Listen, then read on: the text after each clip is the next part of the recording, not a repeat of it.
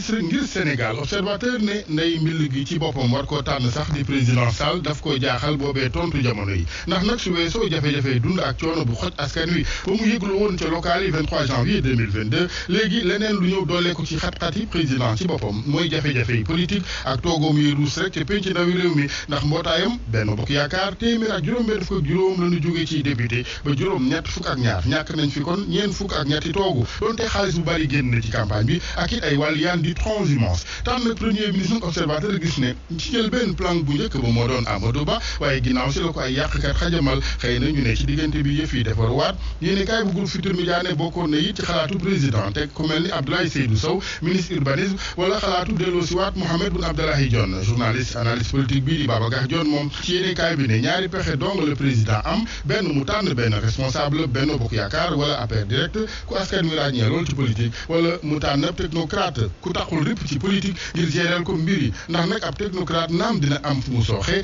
waaye dina leer ci bopp yëpp ne du koy yóotu toogu président docteur Alassane Ndao moom di docteur ci wàllu sociologie politique ca UGB ba tey ci yéenekaay bi gis ne tànn premier ministre ci président Macky Sall muy gën a wékku ci ndax ku muy àndal waajal paluwaatam 2024 lay doon wala ku koy takkale bagage ya ngir ak fégalam 2024 la tribune lu jëm ci tànn premier ministre ak président assemblée nationale gis ne président Sall xobam yu mujj lay baatre yéenekaay bi nag ne ministre yu bare ki DG daañu tëb assemblée nationale gay ñëw xar kanam gu bees geneen gi muy àndal le vrai journal la mu ci gis mooy occasion la ngir Karim Wade Khalifa Ababacar Sall ñu am amnistie fi leen koy jaare am ba faw wala ñàkk ba faw mu ne kilifa gi Abdoulaye Wade moom source aané ab buuxante la jamono yi ngir am audience ca moom liste bi gudd lool donte ba fii nag moom góor gi waa parti MPDS ak coalition bi rek la dalal gum lu jëm ci taxawal nag ab groupe parlementaire ci pencu ndaw réew mi ak Yewwi yéeni cabinet du lu waxtaanee gum waaye xalaatu góor gi mooy wéel ànd bi seen digg ak Ousmane Sonko ki gaayam HCCT ak njiit la soxna Aminata Mbengue Ndiaye def li wolof naan tontu du forox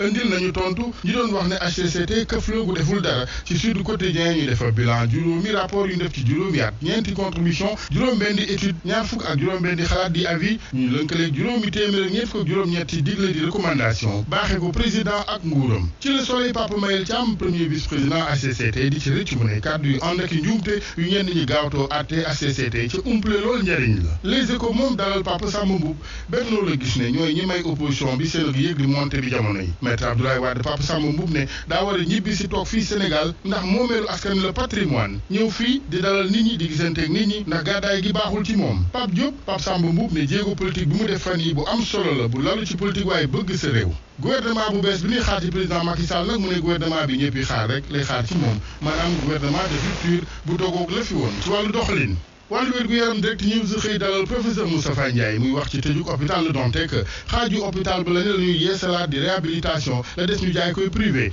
dogal bu garaaw la mu ne ndax hôpital Le Dantec patrimoine historique la mandarga bu am solo ci wàllu kër docteur médecine moderne fii ci Sénégal ci képp kuy yeesalit war nga bàyyi xel lu ni mel dogal bu garaaw la ndax ci gis-gisam mu ne wàllum paje ci boppam chaîne bi yëpp ay désorganisé ab diir ci Sénégal dogal bu garaaw bu lalwul ci xol aku laa biir bu nguur gi ci boppam mu ne di gàddu responsabilité morale bi professeur Moustapha Ndiaye ne xelam ci boppam sax moo troublé jamono yi ndax laaj ba ca ne mooy lu waral pattaaralu médecin yu Sénégal rawatina universitaires yi wàllu sport Sénégal am gan Samuel Eto'o ci bés bi le jour mu ci xamle moom président fédération football bu Cameroun di ambassadeur mondial Qatar 2022 li tax mu bëgg lool Sénégal Sadio Mané mu ne jamono yi mooy joueur bi gën a xereñ ci àddina ci Les Échos muy baamtuwaat kàddu yi moom Samuel Eto'o Sadio Mané est le meilleur joueur au monde mondial 2022 ca Qatar Sénégal nag mu ne mooy tête d'affiche bi yeneen réew Afrique yi topp ca ngir yóotu gi ñeel coupe bi ñu jeexale xew-xewu jamono ak observateur mi xëyee ay trafiquants yu am fit lool lañ doon nas mooy yebbeeg yamba ca ginnaaw palais de la république direct news ne waaw téeméer ak juróom-benn fukk ak ñaari kilo yamba lañ bëggoon yebbi débarqué foofu ca ginnaaw palais ba ca ginnaaw nag laa waxuma ca biir